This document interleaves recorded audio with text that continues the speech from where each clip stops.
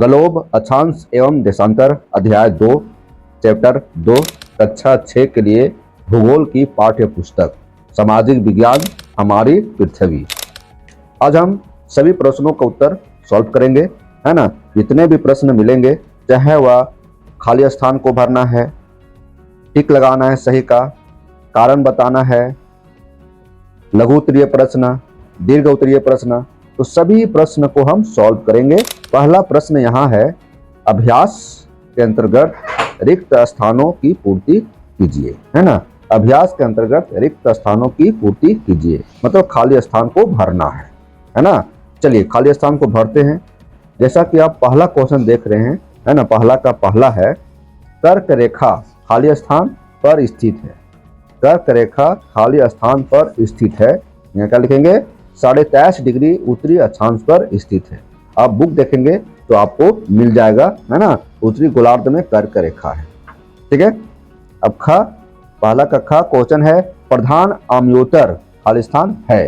तो प्रधान आम्योत्तर क्या होता है, तो ये हो जाएगा 0 डिग्री देशांतर रेखा। क्या हो जाएगा, 0 डिग्री देशांतर रेखा। आप पेज नंबर 15 में देख सकते हैं, ठीक है। अब ग देखिए, ग यहाँ भर रहे हैं, ग 0 डिग्री, ये डिग्री है, 0 के ऊपर जो है बिंदी वो डिग्री है। 0 डिग्री आम्योत्तर को खाली स्थान के नाम से जाना जाता है। 0 डिग्री आम्योत्तर को किस नाम से जाना जाता है, ग्रीनविच रेखा से, है ना। ग्रीनविच, जिसको हिंदी में बोलते हैं प्रधान आम्योत्तर। क्या बोलते हैं, प्रधान आम्योत्तर, ग्रीनविच रेखा। चलिए घ है, 2 अक्षांश रेखाओं के बीच के भाग को क्या कहते हैं, है ना। जवाब देना है, 2 अक्षांश रेखाओं के बीच के भाग को क्या कहते हैं। तो इसका जवाब हो जाएगा, है ना, 2 अक्षांश रेखाओं के बीच के भाग को कटिबंध कहते हैं। क्या कहते हैं, कटिबंध कहते हैं। अब पेज नंबर 14 में देख सकते हैं, भारतीय मानक देशांतर रेखा, है ना। भारतीय मानक देशांतर रेखा अब पेज नंबर 18 में देखेंगे तो यहाँ लिखता है कि यह उत्तर प्रदेश के मिर्जापुर से होकर गुजरती है। उत्तर प्रदेश के मिर्जापुर से होकर गुजरती है, ठीक है। मानक रेखा, भारतीय मानक देशांतर रेखा उत्तर प्रदेश के मिर्जापुर से होकर गुजरती है, ठीक है। उत्तर प्रदेश के मिर्जापुर से होकर गुजरती है। दूसरा का पहला, दूसरा में कह रहा है सही उत्तर चिन्हित कीजिए। भारतीय मानक को ही आम्योत्तर कहा जाता है ना। भारतीय मानक को ही आम्योत्तर कहा जाता है। तो भारतीय मानक का मान है, तो कितना मान है, तो 82.5 डिग्री पूरब मतलब ईस्ट, है ना। तो 82.5 डिग्री ई मतलब क्या होता है, पूरब। अब देखेंगे इसको पेज नंबर 18 में मिल जाएगा, है ना। चलिए दूसरा क्वेश्चन है, दूसरा का दूसरा, कर्क और मकर रेखाओं के बीच पाए जाते हैं। तो क्या पाए जाते हैं, उष्ण कटिबंध। क्या हो जाएगा, उष्ण कटिबंध, ग हो जाएगा आंसर, ठीक है। कर्क और मकर रेखाओं के बीच पाए जाते हैं उष्ण कटिबंध। पेज नंबर आप देखेंगे 14 में। अब देखिए तीसरा, उत्तरी ध्रुवीय वृत्त स्थित है। उत्तरी ध्रुवीय वृत्त स्थित है, तो किस पर स्थित है, पूर्वी गोलार्ध में है कि दक्षिणी गोलार्ध में है कि उत्तरी गोलार्ध में है कि पश्चिमी गोलार्ध में, है ना। तो उत्तरी ध्रुवीय वृत्त स्थित है, तो ये हो जाएगा उत्तरी गोलार्ध में। तो ये हो जाएगा ग, उत्तरी गोलार्ध, ठीक है। ये हो जाएगा दूसरा का तीसरा क्वेश्चन। आइए क्वेश्चन है, रांची से गुजरने वाली अक्षांश रेखा का नाम क्या है ना। रांची से गुजरने वाली अक्षांश रेखा का नाम क्या है, मकर रेखा, कर्क रेखा, विषुवत रेखा कि उत्तर ध्रुव वृत्त। तो आप जानते हैं रांची से कर्क रेखा गुजरती है ना, कर्क रेखा। तो ये हो जाएगा कर्क रेखा, क्योंकि कर्क रेखा उत्तरी गोलार्ध में है और हमारा देश उत्तरी गोलार्ध में है, मकर रेखा दक्षिणी गोलार्ध में। ये आपको जानना पड़ेगा, ठीक है। 0 डिग्री जो होता है, मतलब जो विषुवत रेखा किसको बोलते हैं, जो पृथ्वी को 2 भागों में बांटने का काम करती है, उसको विषुवत रेखा बोलते हैं, ठीक है। चलिए कर्क रेखा हो गया। अब देखिए आगे प्रश्न है, तीसरा प्रश्न है, पहला प्रश्न है, अक्षांश और देशांतर रेखाओं के जाल को क्या कहते हैं। अक्षांश और देशांतर रेखाओं के जाल को क्या कहते हैं। तो आंसर लिखेंगे, अक्षांश और देशांतर रेखाओं के जाल को ग्रिड कहते हैं। क्या कहते हैं, ग्रिड। क्या कहते हैं, ग्रिड कहते हैं। पेज नंबर आप 15 में इसका जवाब देख सकते हैं, ग्रिड कहते हैं, ठीक है। चलिए अगला प्रश्न है, देशांतर रेखाओं की कुल संख्या कितनी है ना? देशांतर रेखाओं की कुल संख्या 360 है। तीसरा प्रश्न है अक्षांश रेखा किसे कहते हैं, है ना? तीसरा प्रश्न है अक्षांश रेखा किसे कहते हैं? तो जवाब क्या होगा? अक्षांश रेखा किसे कहते हैं? विषुवत रेखा, उत्तर बता रहे हैं, विषुवत रेखा से ध्रुवों तक सभी समानांतर अक्षांश रेखा कहलाता है। अक्षांशों को अंश मतलब 0 डिग्री के द्वारा दर्शाया जाता है। यदि आप इसका आंसर जानना चाहेंगे तो पेज नंबर 13 में देख सकते हैं। ठीक है, अब चौथा देखिए, सर्वाधिक सूर्यताप किस कटिबंध में प्राप्त होता है? तो उत्तर हो जाएगा सर्वाधिक सूर्यताप उष्ण कटिबंध में प्राप्त होता है। ठीक है, पंचवां क्वेश्चन है मकर रेखा का अक्षांशीय मान क्या है? तो मकर रेखा का अक्षांशीय मान 23.5 डिग्री साउथ है। एस मतलब हो गया साउथ, साउथ मतलब दक्षिण, है ना? 23.5 डिग्री साउथ में मकर रेखा और 23.5 डिग्री नॉर्थ में कर्क रेखा। ठीक है, जो आप देख सकते हैं पेज नंबर 14 में है। चलिए, ये प्रश्न का उत्तर सॉल्व हो गया। अब आते हैं लघु उत्तरीय प्रश्न। चौथा में 2 प्रश्न है लघु उत्तरीय प्रश्न के रूप में। ग्लोब क्या है ना? ग्लोब क्या है? तो पहला प्रश्न का उत्तर हो जाएगा ग्लोब पृथ्वी का लघु रूप में एक वास्तविक प्रतिरूप है ना? ग्लोब पृथ्वी का लघु रूप में एक वास्तविक प्रतिरूप है। ये हो गया जवाब। ठीक है, लघु उत्तरीय प्रश्न है, छोटा सा जवाब देना है। दूसरा प्रश्न है देशांतर रेखा किसे कहते हैं? इसके महत्व को स्पष्ट कीजिए। देशांतर रेखा किसे कहते हैं? इसके महत्व को स्पष्ट करना है। ठीक है, तो चलिए उत्तर बताते हैं। देशांतर रेखा भी काल्पनिक रेखा है जो उत्तरी एवं दक्षिणी ध्रुवों को मिलाती है। ठीक है, देशांतर रेखा क्या है? एक काल्पनिक रेखा है जो उत्तरी एवं दक्षिणी ध्रुवों को मिलाती है ना? ये हुआ देशांतर रेखा। आप किताब में ढूंढना चाहेंगे तो आसानी से मिल जाएगा 14-15 पेज नंबर में, है ना? और इसकी विशेषताएं क्या है आइए बताते हैं। विशेषताएं, इससे समय का निर्धारण होता है, धरती पर किसी जगह का पता लगाया जाता है। देखेंगे प्रश्न 5, अंतर बताएं। क्या है? अंतर बताएं। देखिए, अक्षांश और देशांतर रेखाएं के बीच में क्या अंतर है?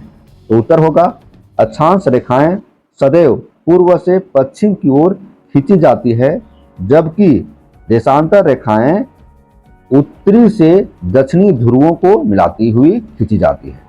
ठीक है, फिर से सुनिए, अक्षांश रेखाएं सदैव मतलब हमेशा पूर्व से पश्चिम की ओर खींची जाती है, जबकि देशांतर रेखाएं उत्तरी से दक्षिणी ध्रुवों को मिलाती हुई खींची जाती है। ये रहा पंचमा का पहला प्रश्न। दूसरा देखिए, उष्ण कटिबंध और शीत कटिबंध के बीच में अंतर बताना है। उत्तर में उष्ण कटिबंध और शीत कटिबंध में निम्नलिखित अंतर है। हम 3 तरह का अंतर आपको बता रहे हैं जो बहुत ही आसान है। पहला, उष्ण कटिबंध में सूर्य की किरणें लंबवत पड़ती है, जबकि शीत कटिबंध में सूर्य की किरणें अत्यधिक तिरछी पड़ती है। दूसरा, उष्ण कटिबंध में अत्यधिक सूर्यताप की प्राप्ति होती है, जबकि शीत कटिबंध में न्यूनतम सूर्यताप की प्राप्ति होती है। ये हो गया दूसरा। अब तीसरा देखिए, उष्ण कटिबंध में सालों भर ग्रीष्म ऋतु होती है, जबकि शीत कटिबंध में सालों भर ठंड का अनुभव किया जाता है। ये 3 अंतर हम आपको बताए हैं, है ना? चलिए अब आते हैं छठा प्रश्न की ओर। छठा प्रश्न की ओर, कारण बताएं। यहां पर कारण बताना है। सभी देशांतर एक ही लंबाई के होते हैं। कारण बताना है क्यों होते हैं, है ना? तो इसका उत्तर लिखेंगे, सभी देशांतर उत्तरी एवं दक्षिणी ध्रुवों को मिलाती हुई खींची जाती है। देशांतर रेखाएं अर्धवृत्त होती है, इसलिए इनके बीच की दूरी बराबर होती है और इसी कारण सभी देशांतर एक ही लंबाई के होते हैं। ठीक है, ये उत्तर हो गया। अब देखिए दूसरा प्रश्न है, 82.5 डिग्री पूर्व देशांतर को भारत का मानक देशांतर रेखा माना जाता है। तो उत्तर लिखेंगे, भारत 82.5 डिग्री पूर्व, है ना, 82.5 डिग्री पूर्व को मानक देशांतर रेखा माना जाता है। ठीक है, भारत ग्रीनविच के पूर्व में 82.5 डिग्री देशांतर पर स्थित है। कहाँ पर स्थित है? भारत ग्रीनविच के पूर्व में 82.5 डिग्री देशांतर पर स्थित है तथा यहाँ का समय ग्रीनविच समय से 5 घंटा 30 मिनट आगे है। ठीक है, ये हो गया उत्तर। अब आते हैं दीर्घ उत्तरीय प्रश्न, है ना। दीर्घ उत्तरीय प्रश्न के अंतर्गत है आपका 2 प्रश्न। चलिए देखते हैं, इसको ऊपर करते हैं। पृथ्वी के विभिन्न ताप, क्या कह रहा है? पृथ्वी के विभिन्न ताप, तो कितने ताप है? तो आप सुने होंगे, उष्ण कटिबंधीय, शीतोष्ण कटिबंधीय, शीत कटिबंध, है ना, ये सब हुआ। तो विभिन्न ताप कटिबंधों, जितने भी प्रकार के कटिबंध है उसके बारे में आपको लिखना है, उसके विशेषताओं को उल्लेख करना है। पृथ्वी के विभिन्न ताप कटिबंधों की मुख्य विशेषताएं। पहला उष्ण कटिबंध, उष्ण कटिबंध के बारे में लिखेंगे।